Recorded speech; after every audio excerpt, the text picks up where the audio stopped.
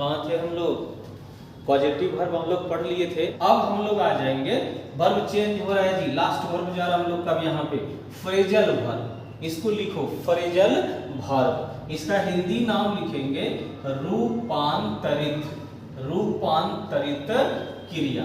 हिंदी नाम हो गया इसी का रूपांतरित क्रिया यानी फ्रेजल वर्ब। देखो नाम से ही इसका काम स्पष्ट है, रूप में अंतर, रूपांतरित। जैसे ही किसी भी वर्ब का फॉर्म में, उसके रूप में, उसके अर्थ में परिवर्तन आ जाता है यानी उसका दूसरा अर्थ निकलने लगता है, तो ऐसा जितना भी वर्ब हो, समझो इसको पहले, ठीक है। ऑब्जेक्टिव क्वेश्चन में आपको एग्जाम में रहेगा, ये सेंटेंस में फिल इन द ब्लैंक्स में पूछ देगा, या फिर 4 सेंटेंस दे देगा, उसमें से आपको कहेगा कि आपको चूज करना है कि 4 ऑप्शन ABCD में से कौन इसमें फ्रेजल वर्ब है।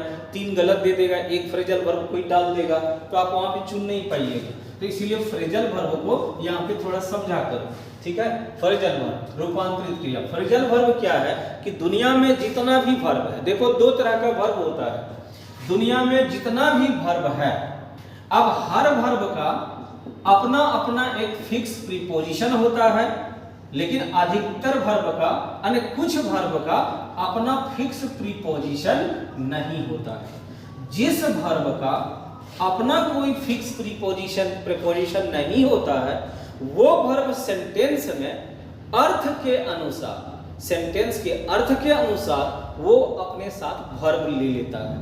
लेकिन जिस वर्ब का अपना फिक्स प्रीपोजिशन होता है, वो जब सेंटेंस में आगे बढ़ता है तो वो अपने बाद वही प्रीपोजिशन को लेगा जो कि उसका फिक्स प्रीपोजिशन है। जैसे आप लोग कुछ को जानते भी, जैसे तुम ही लोग मतलब लिसन का फिक्स प्रीपोजिशन लिसन का क्या है? लिसन मतलब सुनना। जी सर, आपने कहा कि टू होता है, तो लिसन टू ये फिक्स प्रीपोजिशन है। मैं रेडियो में गाना सुनता हूं, I listen a song to the radio, I listen a song to the radio. तो अब listen a song to the radio, अब यहाँ इन द रेडियो लगाएंगे आप, सेंटेंस गलत होगा, क्योंकि लिसन वर्ड का फिक्स प्रीपोजिशन टू होता है। तो यहाँ लिसन का मतलब भी सुनना, और यहाँ लिसन टू का भी मतलब सुनना। यानी जिस वर्ब का अपना फिक्स्ड प्रीपोजिशन होता है, उस वर्ब में अगर वो प्रीपोजिशन लगा हुआ भी है, तो देखो इस वर्ब के अर्थ में, इसके मूल रूप में, इसके मूल अर्थ में कोई परिवर्तन नहीं हुआ है। लिसन मतलब भी सुनना, और लिसन टू का भी मतलब सुनना, अर्थ में कोई परिवर्तन नहीं। जैसे दूसरा वर्ड देखो, आप ही लोग कहते हैं कि बिलीव इन गॉड, ईश्वर पर विश्वास। तो देखो बिलीव मीन्स भी विश्वास करना, और बिलीव में जब आप इन लगाए तो बिलीव इन का भी मतलब वही होता है विश्वास करना। तो बिलीव का फिक्स्ड प्रीपोजिशन है इन, यानी इसके अर्थ में कोई परिवर्तन नहीं आया है। अभी ये सब नहीं लिखना है बच्चा, ये समझने के लिए है, सिर्फ समझा रहे हैं तुमको रूप में अंतर कैसे। तो बताओ बिलीव इन फ्रेजल वर्ब है या नहीं है? जी सर, ये फ्रेजल वर्ब नहीं है। अभी जो हम लोग लिखे थे, ये लिसन टू कहीं दिख जाए, या listen a song to the radio कहीं दिख जाए, टू द रेडियो, तो बताओ इस सेंटेंस में लिसन, यहाँ पे जो लिसन लिखे हम लोग, ये लिसन, यहाँ पे ये फ्रेजल वर्ब है या नहीं है? नो फ्रेजल वर्ब, मतलब ये फ्रेजल वर्ब नहीं है, क्योंकि अर्थ में कोई चेंजिंग नहीं आ रहा है। तो ध्यान रखना, फिक्स्ड प्रीपोजिशन वाला जो सेंटेंस है ना, वो आपको अधिकतर वैसा वर्ड्स आपको याद है। जैसे देखो, से अपने बाद ऑब्जेक्ट लेने से प्राय टू लेता है। आप लोग कहते हैं I say to you, Sita said to me, I said to my father, to आ जाता है। तो से का मतलब कहना, और से टू का भी मतलब कहना, प्रीपोजिशन टू लगने से भी इसके अर्थ में कोई परिवर्तन नहीं हुआ। देखो, जो वर्ब के साथ, जो वर्ब आपको जो वर्ड के साथ प्रीपोजिशन लगा हुआ है, अगर वो वर्ड आपका जान पहचान का लग रहा है, बराबर वो चीज आता है और लिखते हैं हम लोग, यूज करते हैं, तो ऑब्वियसली समझ लो कि 98% चांसेस बनता है वहां कि वो फ्रेजल वर्ब नहीं है। लेकिन जैसे ही कुछ एक अनाड़ी तरह का जो वैरी नहीं करता हो, जो बिल्कुल थोड़ा सा एक अज्ञात वर्ड, अननोन वर्ड्स जैसे ही आपको दिख रहा हो, जैसे देखो ना अभी सेंटेंस ले रहे हैं हम SCATTER एस्केटर ओवल। अब देखो ये थोड़ा सा अननोन वर्ड आपको लग रहा है एस्केटर ओवल, जैसे रन डाउन, ये आपको थोड़ा सा अज्ञात जैसा लग रहा है। रन पर तो सेंटेंस बहुत बनाए हैं sir. We are running in the field, we are running in the field, हम लोग मैदान में दौड़ रहे हैं। We are running in the morning in a big field, बड़ा सा मैदान में सुबह में हम लोग दौड़ रहे हैं। तो यहाँ देखो रन में डाउन लग गया है, तो रन डाउन ये थोड़ा सा कुछ अजीब वर्ड लग रहा है। जैसे डू हम लोग को मिलते रहता है, पर हम यहाँ इनटू लगा दिए, देखो डू इनटू, कुछ अज्ञात जैसा वर्ड लग रहा है। तो हम ये कह रहे हैं कि जैसे अज्ञात वर्ड मिले, चूंकि इसकी सीमा कहेंगे सर कैसे रटेंगे, फ्रेजल वर्ब को कोई भी रिमेंबर्ड नहीं कर सकता है, क्योंकि इनकी संख्या अनलिमिटेड है। No one can be a perfect man और teacher in phrasal verb. Phrasal verb में कोई भी परफेक्ट नहीं हो सकता है। पढ़ते जाएंगे, आपकी अनुभव बढ़ती जाएगी, एक्सपीरियंसेस बढ़ते जाएंगे, फ्रेजल वर्ब्स बढ़ते जाएंगे, धीरे धीरे एक टाइम आएगा, टाइम लगता है इसमें। Rome was not built in a day, Rome को महलों की शहर के नाम से जानते हैं हम लोग, तो उसको एक दिन में नहीं बनाया गया है। And has taken so many days, so many months, so many years, then it is called Rome was not built in a day। तब ये कहलाता है, प्रोवर्ब बन गया कि Rome was not built in a day। हम इसको दोहा में ये भी कह सकते हैं, कारज धीरे होता है काहे होत अधीर, समय पाए तरवर फले केतक सींचो नीर। तो समय पर ही आपको कोई भी वृक्ष फल देगा, आप चाहे उसको जितना भी सींच लो, जितना भी पानी पटा लो। इसका मतलब ये नहीं कि बहुत सींचेंगे, बहुत दुलार करेंगे, हम बहुत प्यार से उसको हमेशा जो है उसमें पानी खाद हर चीज डालते रहेंगे तो हमको अभी फल दे देगा, ऐसा नहीं हो सकता है। पेड़ हमें फल वक्त आने पर ही देगा, चाहे हम उसे कितना भी क्यों ना सींच लें।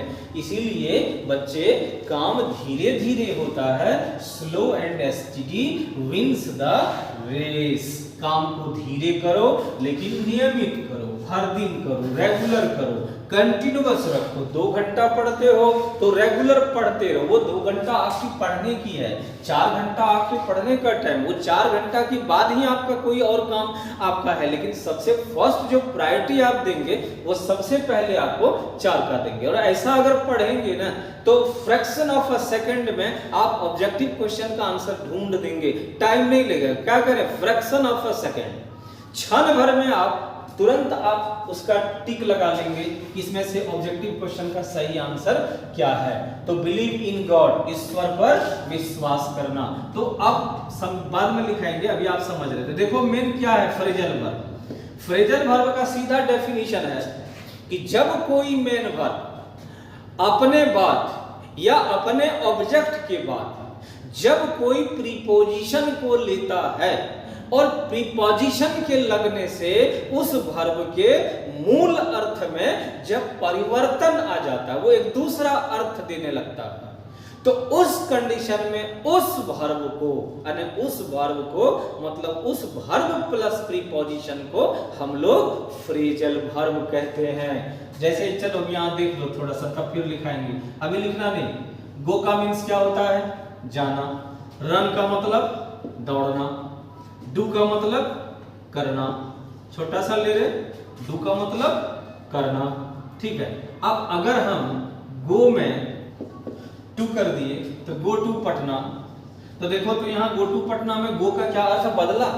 नहीं सर, गो मतलब मान लो सब्जेक्ट भी दे दिए तो आई गो टू पटना, तो हम यहाँ ये कह रहे हैं कि आई गो टू पटना अगर हम लोग यहाँ पे कर रहे हैं तो गो का भी मतलब जाना, और गो में देखो टू प्रीपोजिशन लगा, तो यहाँ भी इसका मतलब जाना। तो गो टू का अर्थ में कोई परिवर्तन नहीं है, गो का मतलब जो होता है वही टू लगने प्रीपोजिशन लगने से भी होता है, तो यहाँ अर्थ में कोई परिवर्तन नहीं है। लेकिन प्रीपोजिशन लगा दिया ये छलावा करने के लिए, आपको ठगने के लिए, ये प्रीपोजिशन देखेगा और फंस जाएगा। हो सकता है कि टीचर उनको यही बताया होगा कि वर्ब के बाद अगर प्रीपोजिशन है तो तुम ऑब्वियसली एकदम कंफर्म रहना कि वो फ्रेजल वर्ब है। लेकिन क्या कहेगी, जो वर्ड बराबर आपको मिलते रहता है, आप लिखते रहते हैं, go to school, go to house, go to Patna, go to college, go to Delhi, go to you, ये हमेशा लिखते रहते हैं आप, तो गो टू आपको बराबर मिलता है। इसका मतलब है कि गो के बाद व्यक्ति वस्तु स्थान का निश्चित नाम आता है, तो टू फिक्स प्रीपोजिशन है इसका, इस कंडीशन में इसका अर्थ नहीं बदलता है, तो यहाँ ये फ्रेजल वर्ब नहीं है। अब रन में देखो हम डाउन लगा दिए, डाउन प्रीपोजिशन है, पढ़िएगा आप लोग प्रीपोजिशन में। तो रन का मतलब दौड़ना, लेकिन जैसे ही डाउन लग गया इसका मीन्स बदल जाता है, और रन डाउन का मतलब हो जाता है कुचल कर मारना। रन डाउन का मीन्स हो जाता है कुचल कर मारना। आप जो किसी को कुचल कर मार देते हैं, गाड़ी से कुचल कर, जानवरों के खूर से कुचल कर, चाहे जैसी भी हो। तो अब डू में आ गए, तो डू का मतलब करना, लेकिन जैसे ही हम इसमें देखो प्रीपोजिशन इनटू लगाए, तो डू इनटू लग रहा है ना, कुछ अज्ञात अज्ञात सा शब्द है, ये सब वर्ड बराबर प्रायः नहीं मिलता है। जैसे ही कुछ अनाड़ी जैसा मिले, जैसे जो कोई परिचित व्यक्ति होगा आपको देखेगा और आपसे मिलेगा, तो ऑब्वियसली वो एक ज्ञात व्यक्ति की तरह आपके साथ पेश आएगा। क्या है मास्टर, आजकल बड़ा तो हीरो बन गया है, मिलता उलता नहीं है, बच्चों को पढ़ा रहा है, क्या बात है, पढ़ा रहा है तो क्या बड़ा हो गया, ये मेरा दोस्त है हमसे बात कर रहा है। लेकिन एक अज्ञात व्यक्ति अगर आएगा तो इस तरह से बात नहीं करेगा, सवाल जवाब करेंगे तो वो कुछ वहां पे भड़क जाता है, वो कांपने लगता है या फिर लड़खड़ाने लगता है या झूठ बोलने लगता है, तो आप समझ जाते हैं कि हमारे समाज का आदमी नहीं है, वो गलत इंसान है। तो जैसे अचानक कोई आपको अज्ञात वर्ड मिले ना, एकदम वहां पॉइंट कर लीजिए कि वो फ्रेजल वर्ब 99% चांसेस है होने का। लेकिन इसका मूल अर्थ ये होता है कि अगर वर्ब के बाद प्रीपोजिशन लगा हुआ है या वर्ब प्लस ऑब्जेक्ट के बाद प्रीपोजिशन लगा हुआ है और उस वर्ब का जो मूल अर्थ होता है वो बदल कर अगर कुछ और हो जाता है, तो हम उस कंडीशन में उस वर्ब को फ्रेजल वर्ब कहेंगे। रन डाउन कुचल कर मारना, ये अर्थ बदल गया, लेकिन रन का मतलब दौड़ना, ये इसका मूल अर्थ होता है। लेकिन जैसे ही हम रन में डाउन लगा दिए कि इसका मूल अर्थ बदल गया और इसका अर्थ बदल कर हो गया कुचल कर मारना। Therefore, run down is called phrasal verb, इसीलिए हम लोग रन डाउन को फ्रेजल वर्ब कहेंगे यहाँ पे। तो डू, अब डू में इनटू लगा दिए, तो डू का मतलब करना, लेकिन डू इनटू कर दिए तो इसका अर्थ बदल गया और इसी का मतलब हो जाता है अनुवाद करना, अर्थ में परिवर्तन, मूल अर्थ से बदल गया इसका अर्थ। तो यहाँ डू इनटू क्या हो गया, फ्रेजल वर्ब। आई होप कि आप लोग समझ चुके हैं। चलो अब लिखना है तुम लोग को, ये तो हम समझा रहे थे, अब आप लोग आराम से लिखिए। चलो फिर से हम एक बार फ्रेजल वर्ब लिख देते हैं। हम लोग लास्ट चैप्टर पढ़ रहे हैं वर्ब का, फ्रेजल वर्ब, हिंदी कहे इसका रूपांतरित क्रिया, ये हिंदी मीनिंग हो गया रूपांतरित क्रिया।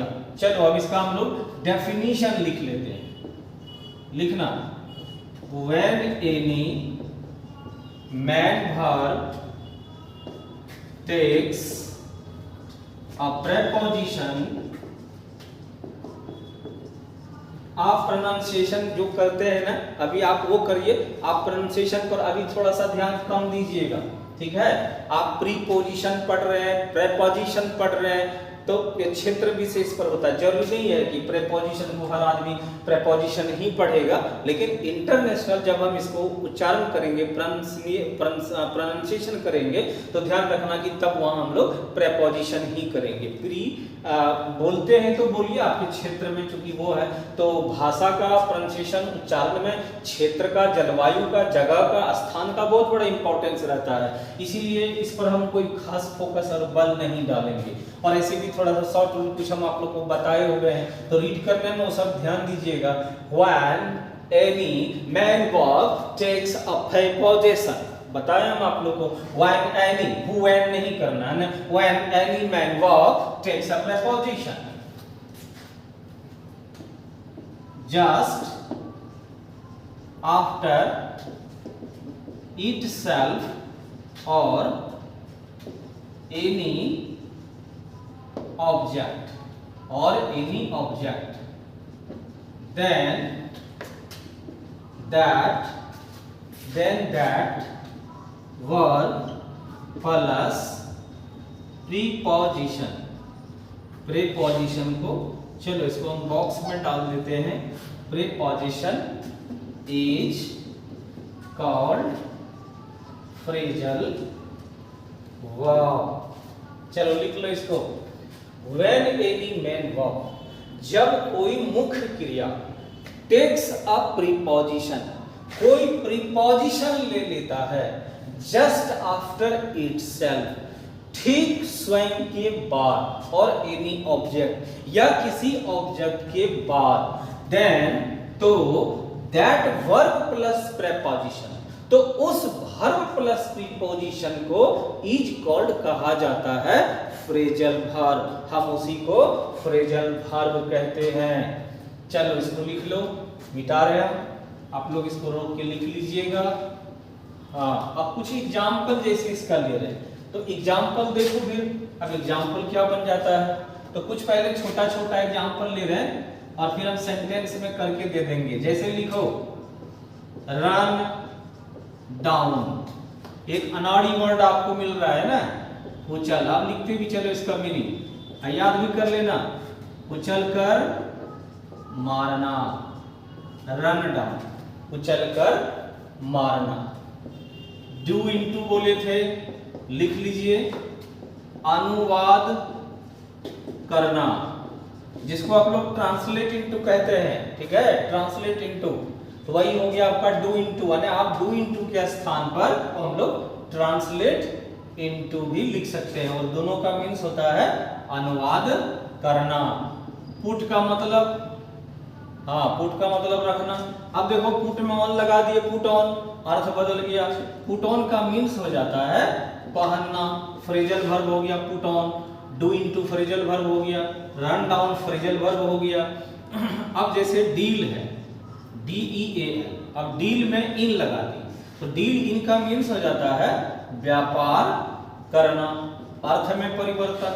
अब जैसे ही हम लोग डील में विथ लगाएंगे, फिर देखो प्रीपोजिशन चेंज हो गया, विथ प्रीपोजिशन लगने से डील विथ का मीन्स होता है, ये हो गया व्यापार करना, और डील विथ का मीन्स होता है वर्णन करना, किसी भी चीज का, कोई भी पोएम का, कोई भी स्टोरी का, या किसी के बारे में जो आप वर्णन करते हैं, बखान सुनाते हैं, उसी को हम लोग डील विथ कहते हैं। देखो अर्थ में इस तरह से चेंजिंग आ गया, SCATTERED, scattered over, scattered over का लिखाए थे सर, क्या होगा, ठीक है लिख लो स्कैटर्ड ओवर। थोड़ा सा स्कैटर्ड ओवर जब पूछ रहा है तो इसको थोड़ा सा सुनो, ठीक है, इसके बारे में एक वर्ड एक सुन लो थोड़ा सा, तो आपको दिमाग में बैठ जाएगा। स्कैटर ओवर ये एक फ्रेजल वर्ब है। Have you ever listened about the desire of Nehru ji, who was the first prime minister in our country ever, 1947।